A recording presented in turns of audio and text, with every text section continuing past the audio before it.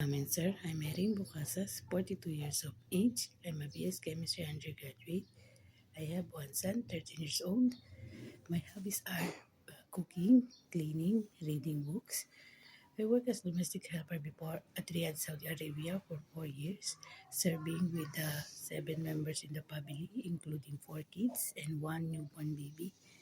When I feel my duties and responsibilities are cleaning, ironing, cooking, tutoring with simple homework of the kids, ironing, feeding the kids, feeding the newborn baby. When I finish my contract in Riyadh, Saudi Arabia, I go in Hong Kong to apply as a domestic helper in a Chinese employer and a Western employer with a newborn baby.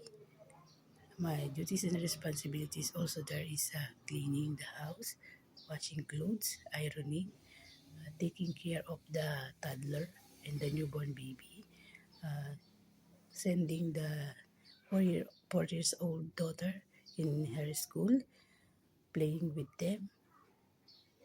If you will hire me, I do my best to focus myself in my work and my work. Thank you.